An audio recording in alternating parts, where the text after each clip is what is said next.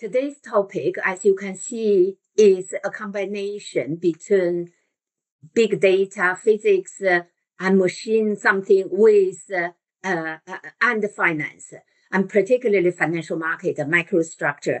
And I understand that Buhong and their co-authors has actually used the crypto as financial assets when they do the empirical part. So as I say, if you have any questions in between, we can discuss, we can be interactive. So, and I'm sure this is a very important topic, and given the advance of the technology, probably we can understand more of the integration of the technology into finance.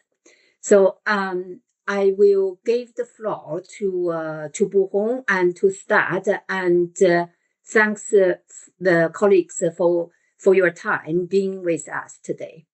Buhong, Buhong, shall I introduce you? I mean, you did not put anything, introduce yourself, but Buhong is one of our colleagues at the same department, School of Finance and Management.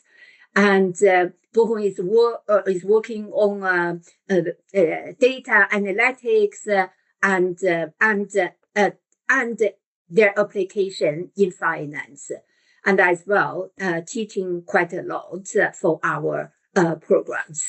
So Buhong, please, you can start now. Okay. Is my voice clear to you? Yeah, very clear. Thank you. Okay. Yeah, thank you, Professor Buhong. And yeah, so this is topic I'm going to share with you the physics-informed representation of market microstructure and its application. So one of the oldest ideas in economics is that so markets aggregate information efficiently through the price signals. But what if some of these signals are, deliberately faked? So that is the major motivation of this research, and that problem, of the market manipulation. And today I'm going to show you how concepts borrowed from physics can give us a powerful new way to detect it. So I will cover two related papers by the same research group at King's College London, and also myself. So by the end, I hope to convince you that the physics toolkit is not just just some like the field which is different from finance, but it could provide useful tools for us to do the financial research.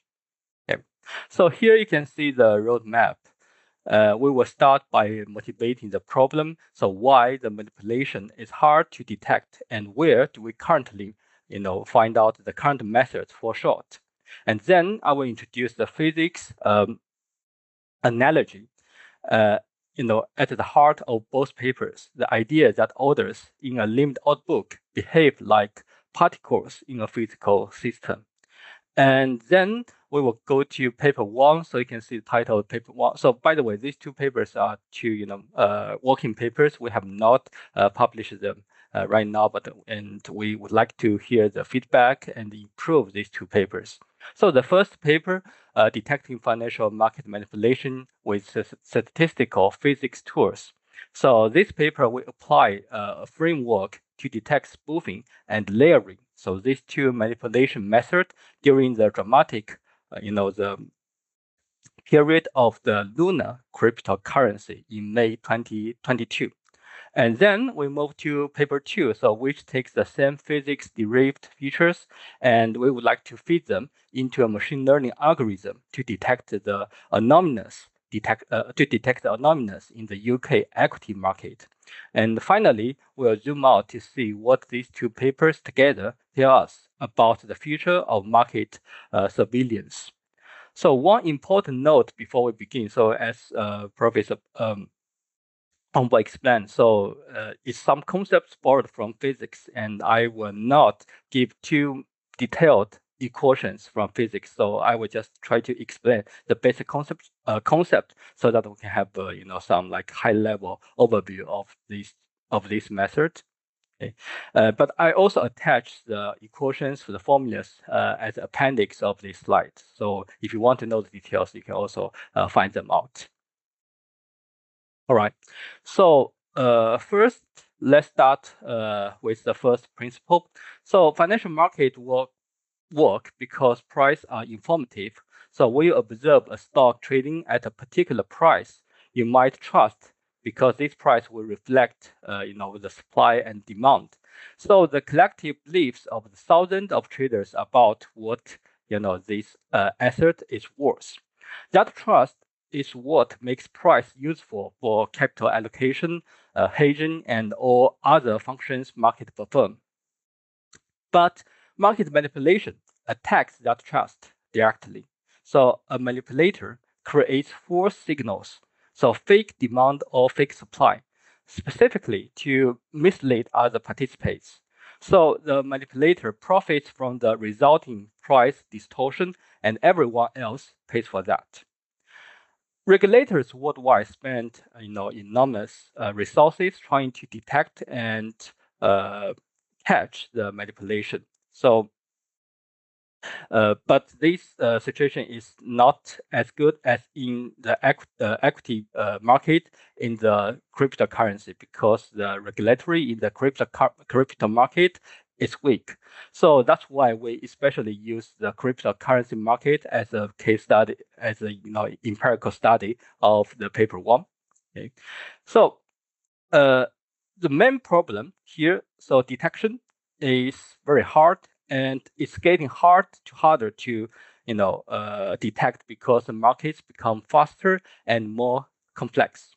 Okay, so you will see two manipulation methods here, and one is spoofing, and another one is layering. Okay, so we'll explain the spoofing first because layering is just a more advanced version of spoofing. So suppose you are a trader who want to buy a large block of shares cheaply. So you want to buy, and you of course would like the cost to be cheap as possible. So you decide to manipulate the market. And here is the playbook. So step one, you can just place a very large sale order. Okay, place a very large sale order, and the price is just slightly above the best ask, so that the large sale order will not be fulfilled.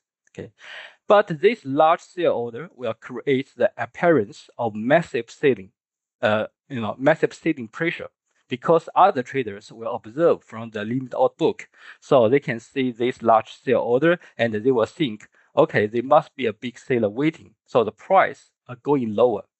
So it can go to step two, and this action will create a false impression of demand or supply to other participants. So people which observe, the large sale order, actually the large sale order is fake. So they tend to lower its bid price, or they tend to sell their shares because they want to avoid a potential loss in the future trading. Okay, so the market price will drop, and what you can do right now is just cancel the large sale order because the price is quite cheap right now, so you can buy as you expect, so that you can benefit from the spoofing action. So this is a description of the spoofing manipulation method. Okay, and the next one, the layering, is very similar with spoofing, but as I said, advanced version, because in spoofing, so you just place one large order, but in the layering structure, you will place large fake orders with multiple fake levels, so at price levels. So it's not just one large order, it's multiple large order at different price levels. So it's more complicated to detect because it's easy to detect one large order, but it's difficult to detect multiple large orders. So just as I said, so layering is more advanced than the spoofing. Okay. So by the way, you might know, so spoofing and layering in most markets, is illegal. So according to the USA and also the EU regulation, so spoofing is strictly prohibited. Okay, so you cannot do that. Okay. But all right, yeah, yeah. So for those two manipulation tools or mechanisms, does this investor use the same name, his or her own name, or do they have to invent other buyers or sellers? Well, because most spoofing or layering, will be caught by the institutional traders. So they just use the institutional account to do the spoofing or the layering. So yeah, I know the same. Yeah. So if I see this person, this institutional investor has put a name, or let's say a company's name, has placed an order and then immediately buy back or quickly buy back, then that can be detected, right? Yes, but the problem is that we cannot just distinguish the spoofing, from the how to say that the real investment. Yeah. Because maybe the institutional investors will have some quick market news, so they can react to the news very quickly. So they will also do some opposite actions within a very short, period. So we are trying to distinguish the spoofing from the, the legal operations. Okay. Yep. Yeah. So therefore, detection is very important, and therefore you apply some physical tools, concepts. Yeah. Okay. Yeah. Let's go on. Okay. So the existing detection method. So why is this current detection method struggling? The dominant approach in regulatory practice is the rule-based surveillance. So analysts will define rules like, so if one order is cancelled within, for example, 100 milliseconds of placement more than 80% of the time, so we will flag it. Okay, so these rules will capture the intuition that spoofers cancel order quickly. Okay. But as I said, the advanced version spoofers will have some strategies to get rid of that. So they can monitor published regulatory guidance and enforcement patterns, and they then adjust their behavior to stay just below detection thresholds. So it's an arms race, and the rules are always playing catch up. And the deeper problem is that so rule-based systems generate enormous numbers of false positives. So false positives means so it's some legal, some reasonable behavior, but it will be flagged in by mistake. So the the legitimate traders who cancel orders quickly for just very quick market news, so they will be flagged by mistake. So regulatory staff are overwhelmed, and the real manipulation slips through the noise. So that's the big problem. And the second common approach is applying the z-score to a raw order data. So the z-score simply asks, so if this order size unusually large compared to the typical order in this market. And this sounds reasonable, but it has some the fatal flaws. So spoofing orders do not need to be the largest one in the book, and the largest orders are often completely reasonable. So think of the institutional investors, they place large blocks, and this score therefore flags these wrong things. So missing the actual manipulative orders that are hiding in the plain sight. So that's why we believe the current methods will not work very well in the manipulation detection. Okay. And we will see the failure, concretely when we compare the two approaches on the real Luna cryptocurrency data in a few minutes. Okay. And from our perspective, we believe the fundamental gap in both methods is the same. So they look at the orders in isolation, so one at a time. But spoofing is a systemic phenomena. So its harm comes from how a cluster of orders collectively distorts the market momentum. So that's why we believe we are going to address the fundamental gap using our new approach. Okay. All right. So that is a short introduction of the manipulation methods. So do you guys have any questions, or shall I continue? Yes, you can continue, please. I think it has been very clear now. Yeah. Okay.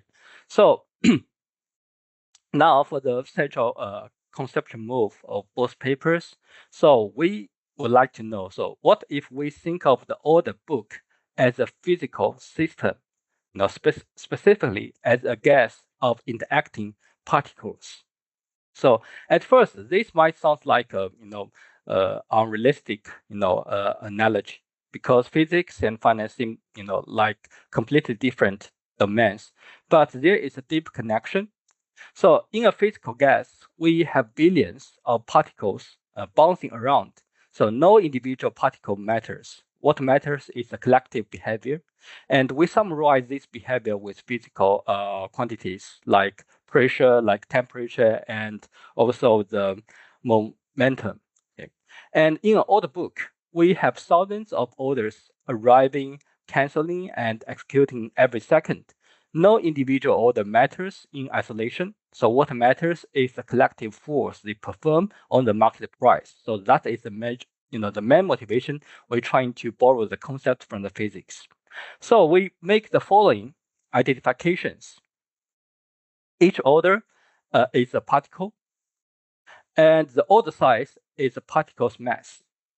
The distance the order moves towards the mid price represent the particle's displacement, and the rate of moment gives if we just use the distance divided by the time divided by the gap time is the velocity, so the particle velocity, and the momentum is then the mass times the velocity, and order size times the price velocity. Okay, so with this framework, we can capture.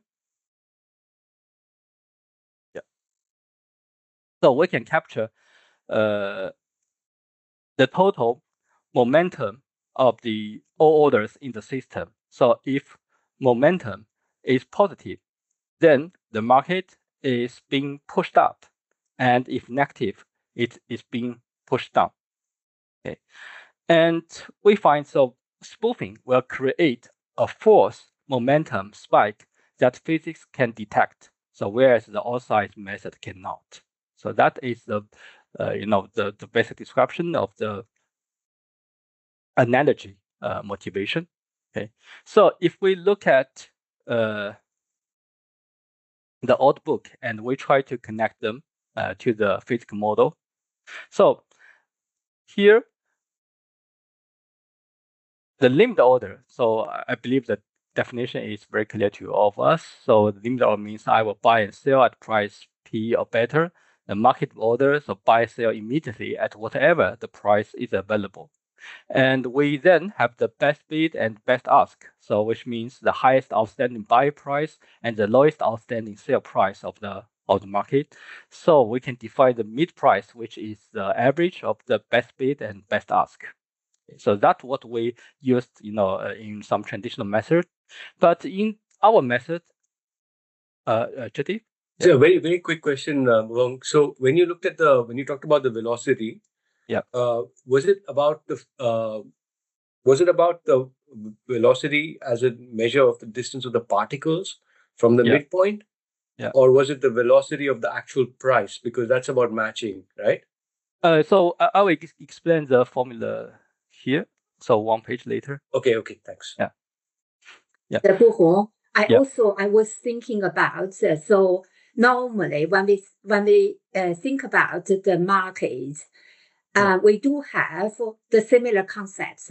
We have the turnover, which is your momentum probably, corresponding to, not exactly. And also we have the treating frequency. So why are your physical related concepts are better than what we already have those concepts, right? Yeah. So what are the improvement?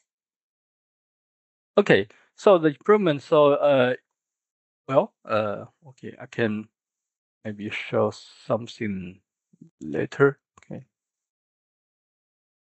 So the benefit of this approach is that so we can try to find out, the spoofing signature, the the footprinter, like that, using the physical formulas defined as we explained, minutes before. So and our experimental study proves that so if we just try to capture this signature using the market data, so the detection success rate increase a lot. So that is the the major but difference. why? Yeah. But why? Well, it's just because we think the the momentum borrowed from the physics explains both the effect of the size and the frequency. So it is a physical physics terminology. So we believe. I don't consider my answers it's clear to you because we believe so the the momentum that's fine. Yeah. it's a comprehensive effect capture, so it might be different from the finance one. Okay. Yeah. Okay, thanks. Let's continue. So what we need is in this approach is the level 3 data. So the level 3 data, as you may know, so it's a collection of different events, and this event will including, for example, the odd number, the the position, the price level, and also the operation is added, is cancelled, is modified, or is executed. So it's a collection of event records. So we use this data instead of the traditional the screenshots, not screenshot, I mean the snapshot of the level 1 or level 2 data into the detection method. Okay. And then, so defining the momentum in the outbook. Okay. So first, we divide the outbook into two zones. So the passive one and the active one. So the active area, because the active area is it's one which is symmetric around the mid price. So we set up a band here alpha, okay, to cover the active zone. So the motivation of the active zone setup is because we believe the most transactions, most orders will be fulfilled if the price is in the active zone. Okay, and the orders with price in the passive room, which is just outside of the active zone, so will have very few influence on the market. Okay, because they will not be executed, they will not be even observed. Okay, so we define the velocity and the momentum of each order using the following formulas. So if we find at time t, okay, an order submitted at price P star, and suppose this is a buy order. Suppose this is buy order. Okay, so the price will, the effective order should be in the active zone on the left of this side of this active room, right? And we suppose the distance between the moment is the boundary, the left boundary, and the price itself. So the distance is between the price itself and the boundary of the active room, active zone. Okay.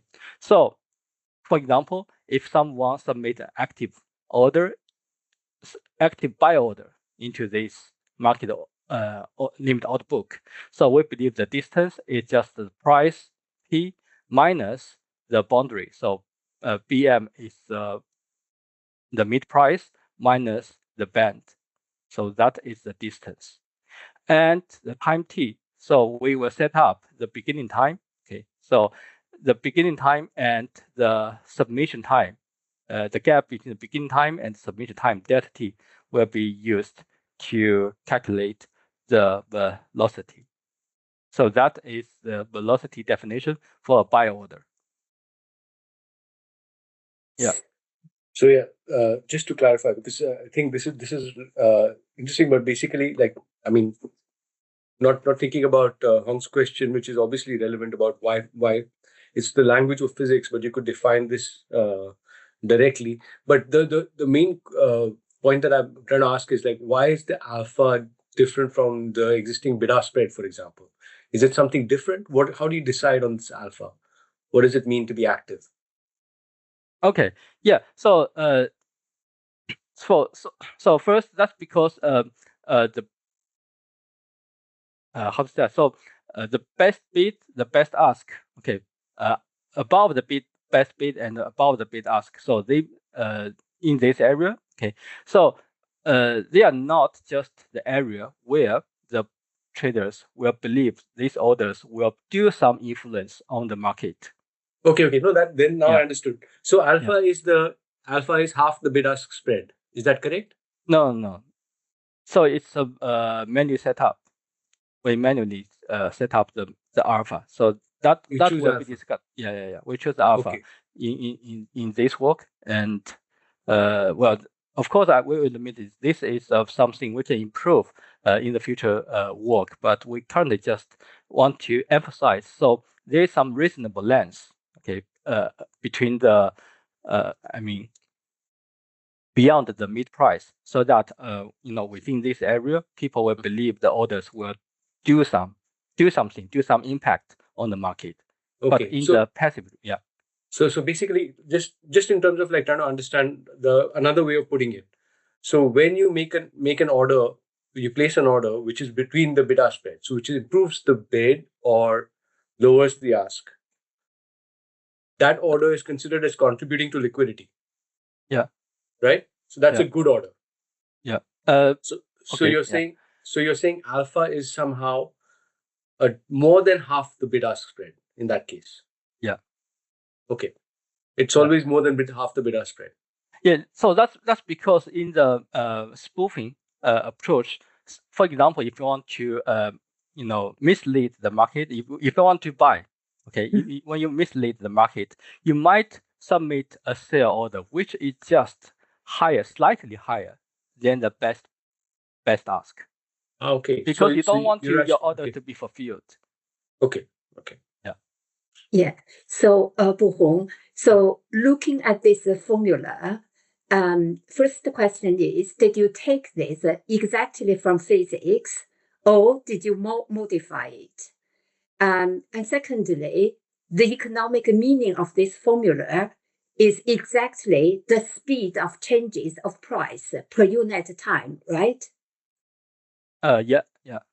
But in this changes, the speed of changes in price, in observed price, I think it's important that you artificially or subjectively you set up a boundary price.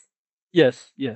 Yeah, the alpha is okay. So is this directly from physics? This one is not. So this equation comes from the physics. So the momentum, the product of the velocity and the speed. So this concept comes from the physics. So the concept is taken from physics, but the exactly definition is actually made by you and your by researchers, let's say. Yes. Okay. Yeah. That's fine. So I think at least I'm clearer now. So basically, you look at the changes, the speed of the changes of the price. by setting up a demarcation. So how far are they deviating away from your demarcation? Yeah, not just the speed of the price change. So that's why. So we said so this equation, the momentum one comes from the physics. So we compute the product of the velocity and also the size. So we can see the both. So can I just okay, just one thing, because I Jackie, wanted to say one more thing, Hong, because I think you said about the change in the price, and I think that's really important to clarify. From my understanding, it's the distance of the order, not the price. So the price actually is different. So this is the individual order which is placed, which is never fulfilled. That's the distance that we are looking at, the speed, in the sense of the speed as well. So it's not actually changing. The price hasn't changed. It's just an order that's promising to change the price. So what do we mean by order changes? Order contains both price and the quantity, right? If I'm placing an order. Correct. So except that when I place an order, it's not fulfilled. So the price actually doesn't change. Yeah, because the order can be, for example, fulfilled, it can be modified, can be cancelled. So we talk about the speed here as the the price change of the same order and given the time. So that's what we are talking about, the price change, not the market price change. Yeah, the orders. So among, because there are many orders probably. So okay, let's continue. So it's good to ask questions, and it's good for the for our colleagues in the audience as well. So Buhong, yes, please continue, please. Yeah. So in this example, as I said, so if we submit a limit buy order, which will cause some impact on the market, so the velocity is positive, okay, because the price in the active zone and the boundary between the price, the distance between the boundary and the price is positive, so the V is positive.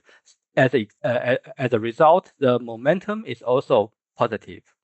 So we say the effective price, the effective order or the order in the active zone will give some positive pressure to the market. Okay, and if we consider the cancellation, so we suppose the cancellation means the particle moves back to the boundary. So suppose we have an order here, and if the order is cancelled, it will move from the active zone to the passive zone. So it will give a negative momentum. So that is the basic pressure or the momentum we discussed in these two papers. All right. And the key measures, so we will take the sum using this formula to compute the all momenta across all orders in the active area of a time window, which will be quite short in our experiment. And here is the formula. So the n lambda t denotes the total number of named orders at depth gamma of the named order book at time t. So all depths, all active zone, and all time. So we compute the total momentum of all orders within that period. Okay. And if we have the positive momentum, so it provides a net buy pressure. The market is being pushed up. If the market, if the total momentum is negative, so it gives net selling pressure to the market. So the market price is being pushing down. So we are going to check the collective force of all market participants. Okay.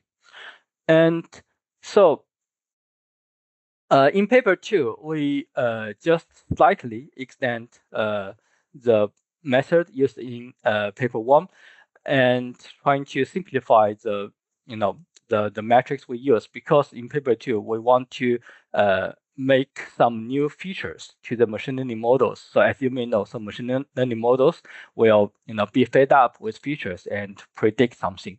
Okay. So we are trying to provide some the physics borrowed features from the market information to the machine learning model. And here is a list of the physical concept we are going to fit. So like the price distance is also relevant to the same order, the price change.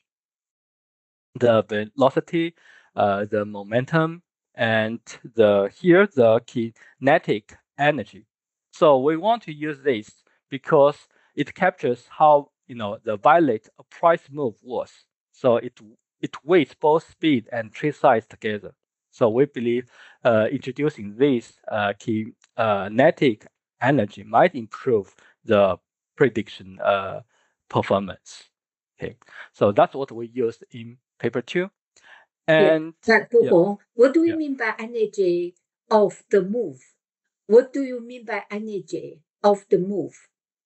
How do we think about the financial market? What is this thing? Okay, yeah. So for example, so two transaction can have the same momentum, but very different the kinetic energy, because a slow large trade has high momentum but lower kinetic energy. A fast small trade has lower momentum but potentially higher kinetic energy. So we want to just distinguish this from the just the momentum effect caused by these two kinds of transactions. Okay. Yeah. All right. Next is about the background information of the empirical study we used. So the Luna was one of the largest cryptocurrencies by market cap. So you might know Bitcoin, you might know like the Dogecoin. Okay, so Luna was one of the largest cryptocurrency. So in May 2022, so the price dropped from $80 to nearly zero in just several days. So it's one of the largest crypto crash ever. So we used the level 3 data from Coinbase for the Luna USD pair during 11 May 2020 within 4 hours. So from 4 p.m. to 8 p.m. Okay, and we collected over 800,000 orders. So in these 4 hours, and 97% of these transactions are in the active area. Okay, and as a comparison, we also collect the Bitcoin data during the same period as a stable market baselines to just verify. So if our method is effective. Okay, so the story of the Luna market. Okay.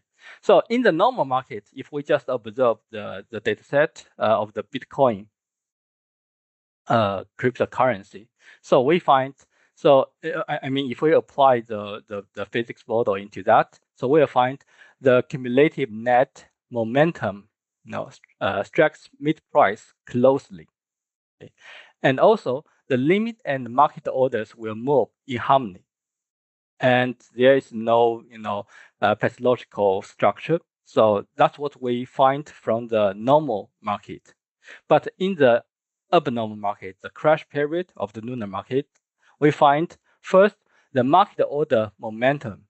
Okay, it was persistently positive, so which means it was to the buying side. But the limit order momentum, it persistently negative toward to the selling side. Okay, and our conclusion or our finding from this,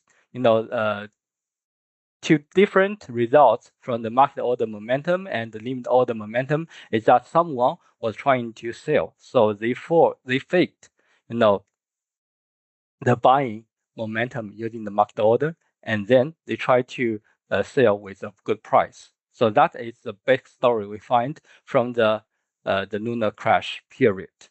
Okay, and here is the, just as I said, so how can we detect the spoofing signature. So we'll find the a trace in the momentum calculation looking like that. So the passive area will have, so first it will have a sharp jump in the passive momentum looking like that. So when you compute the passive momentum, it will have a sharp jump looking like that. And then immediately, so when people cancel the large orders, the momentum will go back. So we'll have a jump and return signature, jump and return, jump and return. So we just try to compute the momentum of the orders and try to find if we can find a signature looking like that. And if we observe one, we can label it as a possible spoofing action. Okay, so that is what we find from the Luna dataset. So if we first use a traditional spoofing, to as a synthetic action, okay, so it means we how's that? So we manually create a traditional spoofing action into that market. So one large buy order placed at some time with price 1.14 and canceled 2 seconds later. Okay. And we also use the synthetic layered spoofing. So we place 4 orders at 4 different price level and canceled 2 seconds later. So with this synthetic spoofing and layered spoofing method, so we can use traditional and also our approach to detect if they can be caught. Okay. And the result is like that. So, so the result is like that. So using, I'm not quite sure if I post, well, sorry, maybe I didn't post our result about the synthetic validation here, but our result shows, so the physical model, catch the traditional spoofing and layered spoofing successfully. And the traditional models, the rule-based didn't catch. And the z-score, okay, they catch the traditional spoofing, but they do not catch the layered spoofing successfully. So that's what we did in using the synthetic validation. Okay, and when we apply these approaches to the real data set, so we can find, because we have no labels attached to the real Luna data, so we just show what we find using both approach.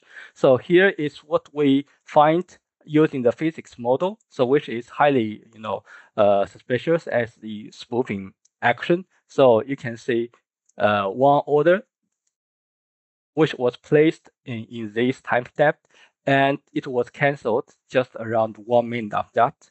So we highly doubt this is a spoofing method, a spoofing strategy. Okay, and we also use the physics model to catch the layered spoofing. So you can also find this one from the real data set. So because of the limitation of the page, I cannot show you the full script, the full records of the level 3 data. But if you are interested, we can share the data set with you and to point out so where we find these orders are highly doubtful. Okay. But when we try to use the traditional method, for example, the z-score or the row order size, so they select 2 huge orders. Okay, but these 2 huge orders, they are far outside the passive area and have no subsequent cancellation. So which means what they caught using the z-score and rule-based approach, from our perspective, after our validation, they are not actually the spoofing or the layered spoofing. So what we believe is that traditional method increase the the false positive, and which is not as good as our approach. So, yes.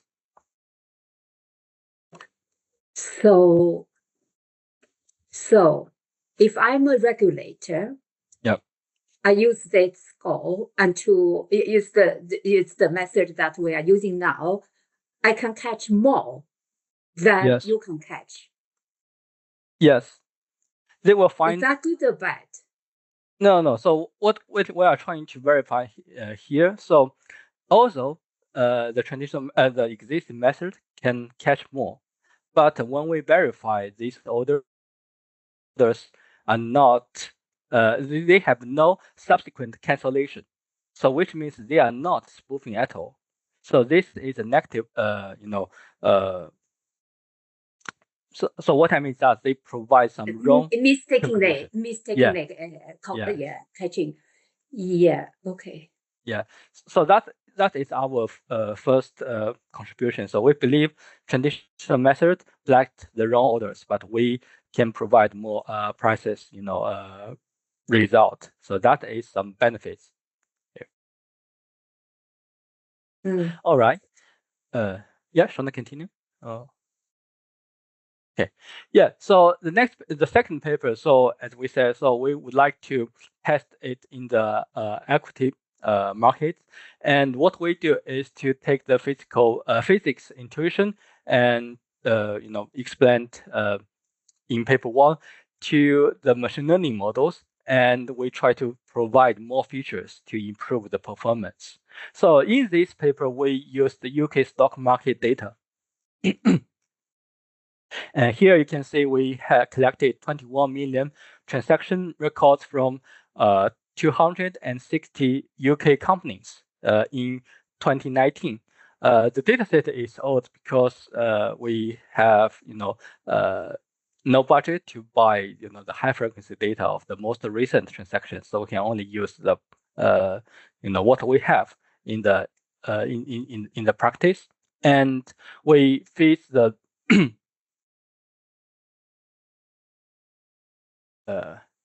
and we feed the physical concept listed here into the machine learning models. And the machine learning model we used is called isolation forest. Isolation forest.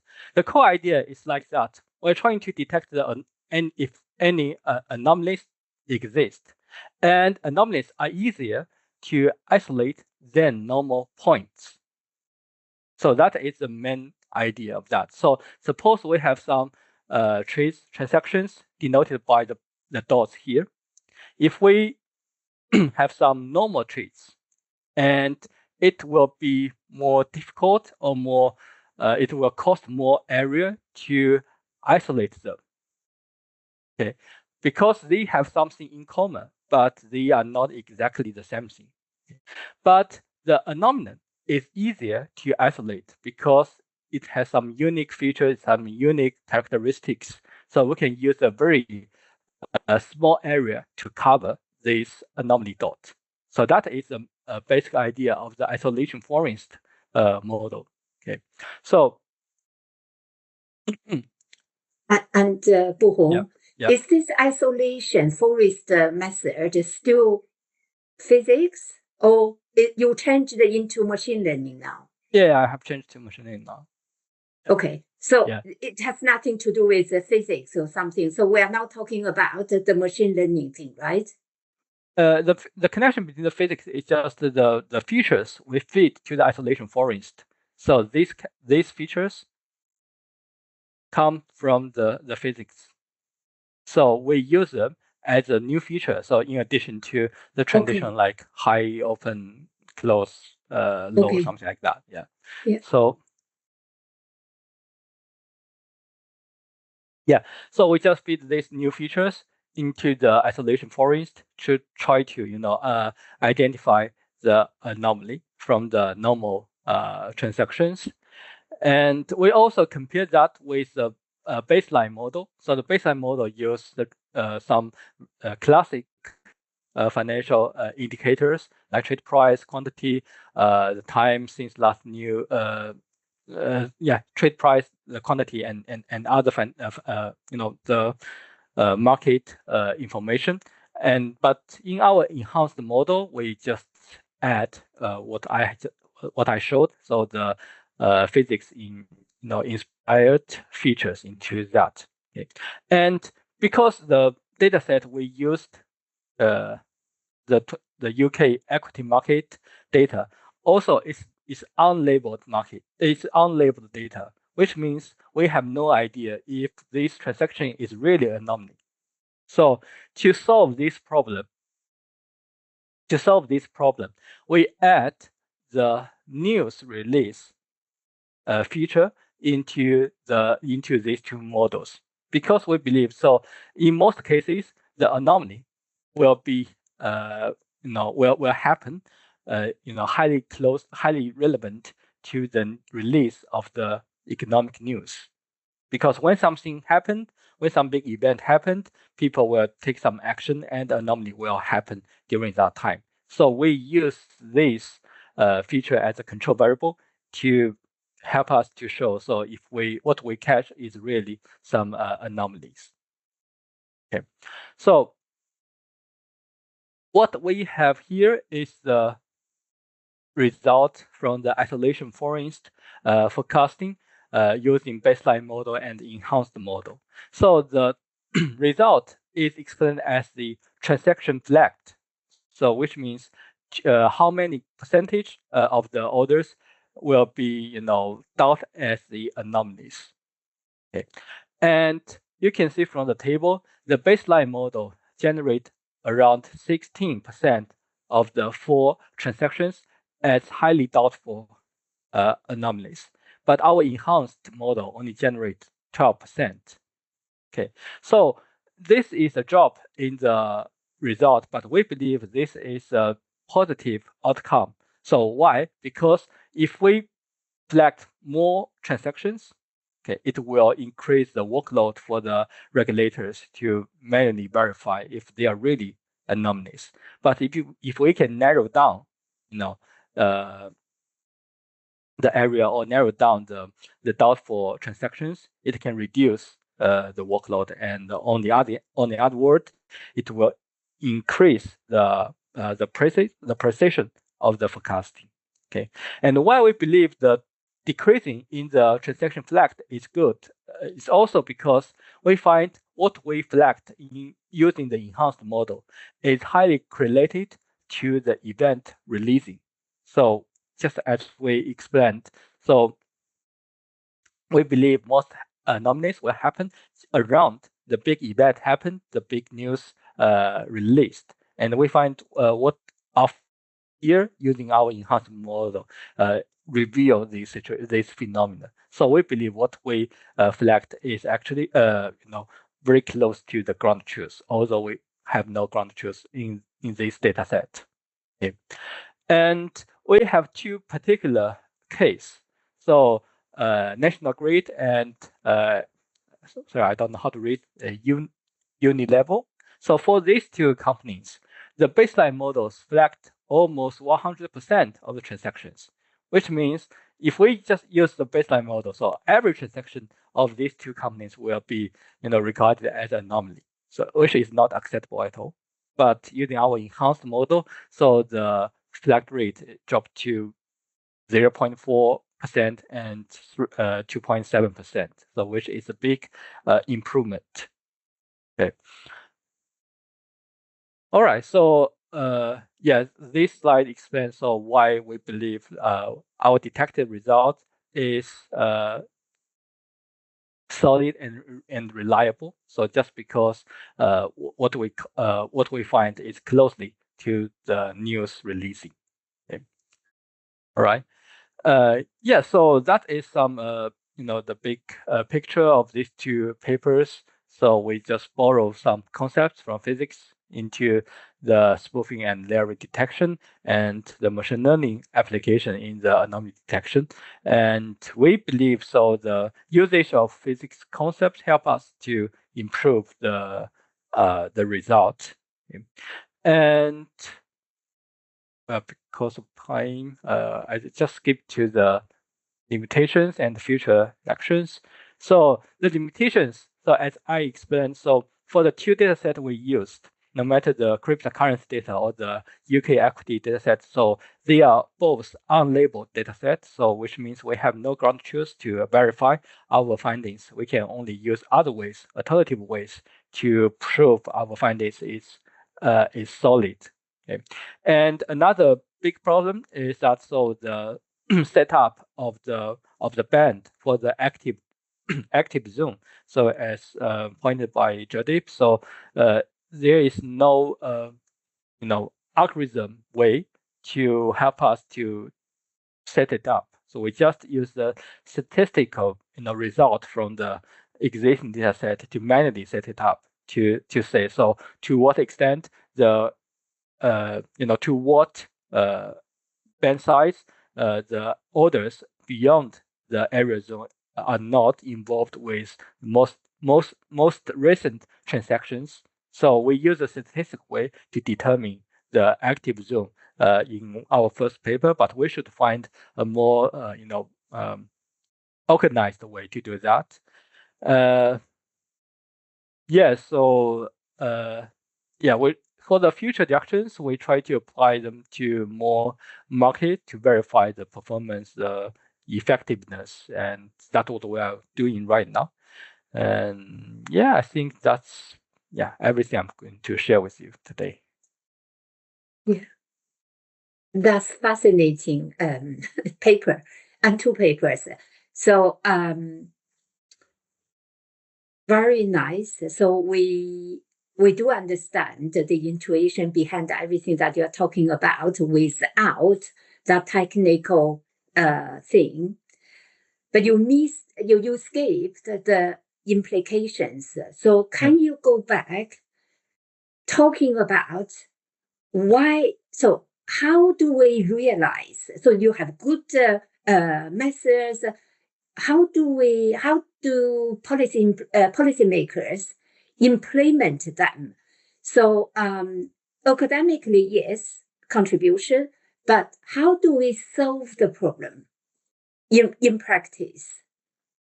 Yeah. So the first one, the first approach, it will help to review the transaction history and to find if some institution, plays spoofing or layering in the, in their trading practice, so that we can give them some fine, give some warning, and to even, make them pay for that. So that is a very important and fundamental implication of the first one.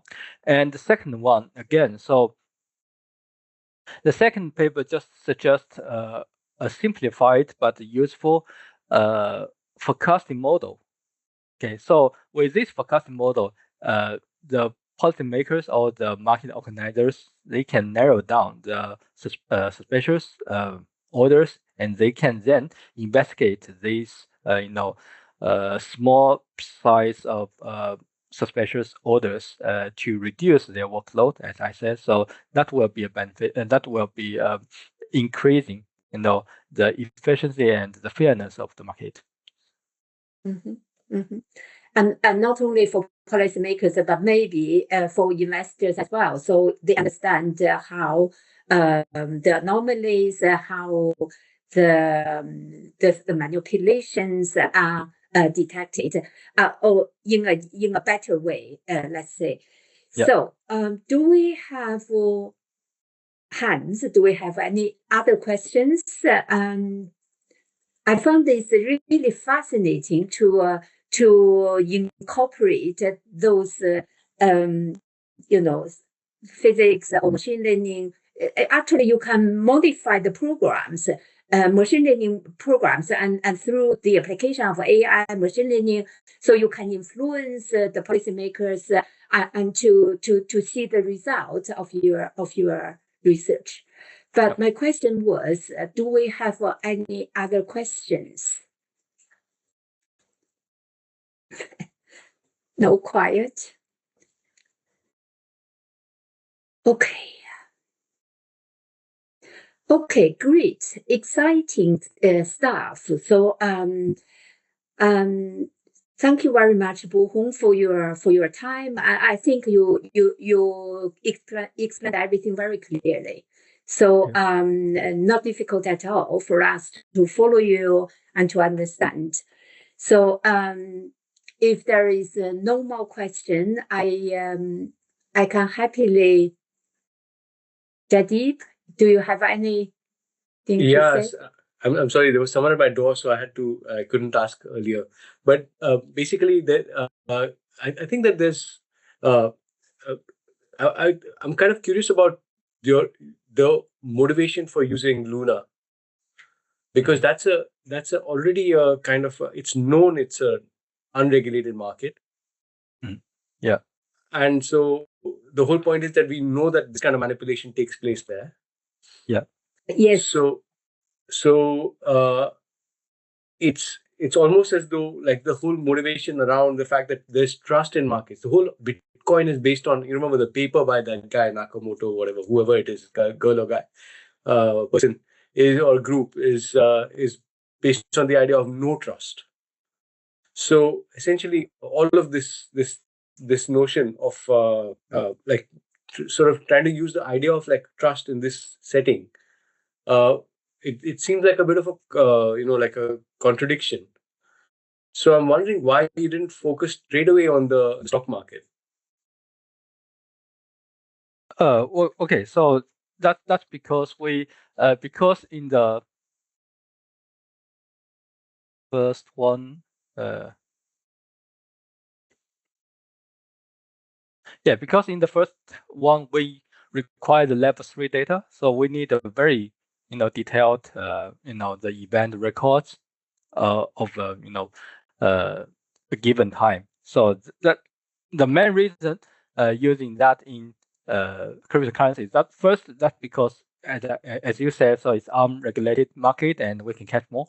And the second reason why we do not use that in the equity market is that we have no level 3 data for that. So that is a big problem currently. So yeah, if we have data, we would like to verify our method in the equity market, of course. Yeah. Okay. And so basically it's a constraint in terms of access to data. Yes. But I thought level 3 data is available. It's just that you haven't got access to it. Sorry, can you say again? Level 3 data is available, but you don't have access to it. Is that correct? Our research group have no access to the level 3 data at that time. Yeah. Okay. And so in terms of, okay, so basically that's one question, because that changes a little bit the interpretation. In the Luna type market, I think the value that like would be really useful and interesting is not a kind of a backward analysis. Like, so we kind of like, this is trying to do sort of an investigation into what happened, but a predictive analysis. So when it would be interesting as a trading signal to understand what's going on. Sorry, can you say again? Someone just knocked my office door. So my point is that if you're looking at an unregulated market like this, it's more interesting to say, what is the probability that the next order is the spoofed order? Yeah. Rather than looking at when the spoofing happened in the past, to take it one step further, to make it like useful for someone like let's who's trading, is to be able to classify an order as it comes in. Yeah. So you need like a kind of an updating mechanism which says, okay, this order, the next order is spoofed. So you're predicting, you're predicting spoofing rather than discovering it after the fact. And it's not difficult to do based on what you've got. Yeah.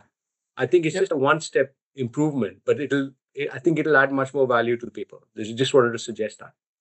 Yeah, I see. So that's my understanding is like that. So we might flag. So because when we talk about definition of the spoofing, so it involves of two actions, fake order and cancellation of order. So if the second action is not finished, we cannot say it's a spoofing. So what I mean is that, so maybe we can flag, so the large order might be doubtful as the first action of the spoofing, and we can keep our eye on that. But what I mean is that it's difficult, or it's not possible to forecast this is spoofing. I think you can at least. I think you can place a probability score on that based on the time series of the past orders. Yeah. So you should be able to place a probability score, like kind of a filtering rule, to understand when it is that. Think of like spoofing as a kind of some kind of a created by a latent process of some kind.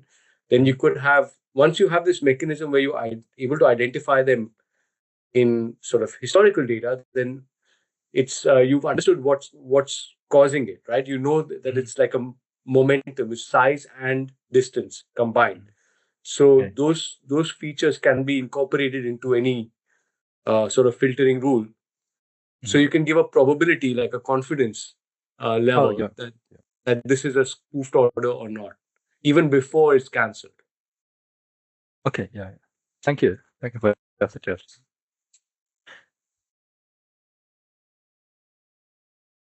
Thanks, Jaideep, for the question, for the discussion. I have another hand, Charles' hand. Charles, please. Hello, everyone. Charles Cadogan. Can you suppose I have a history of known spoofing, right? I have a sample of known spoofing, and then I kind of match that. Basically, what I want to do then is that I want to set up a logic model, a classification scheme of known spoofing and match data with firms of the same size and the same whatever. Try to do a match sample as close as possible, so I could set up a baseline logit model for classification of trades, whether they are spoofing or not. How would your model compare to such a logit type model, for example? In other words, does your model reduce false positive, false negative, and those kind of things that people care about in classification? Okay. I got what you mean. So it's true. So we have we didn't implement this in the synthetic validation. So it's something we should do, because here in the synthetic validation we just assume someone plays the spoofing orders. We didn't assume someone plays the the acceptable behavior here. So that's something we are going to add to our experimental study later. But first, what we have done is just trying to show that. So I'm talking about this one. Okay, so because in the real data set, in the real lunar crash, so there are also some other large amount of data, but just because, for example, the time difference between the placing and the cancellation of the large order or some other behaviors, so we do not catch them. So that's why I believe so. Our experiment here can, to some extent, to answer. So this approach can successfully distinguish the unaccepted large order placement and the accepted large amount placement. So, well, yeah. I admit. So it will be helpful to make some synthetic examples. To verify our performance. Yeah. Great. So, any other questions? Yeah, but I was about to close, and then we had some questions. I think it was good discussion, and Thank you. I can only say, thank you, Buhong, for this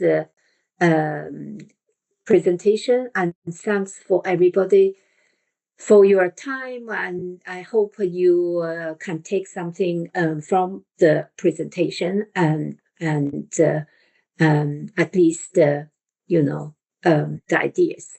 So Buhong, do you want to close your presentation? Yeah. So do you have anything to say to us? So before I close, yeah, I see the hands. Charles is already summed up. So in that case, I want to close this session.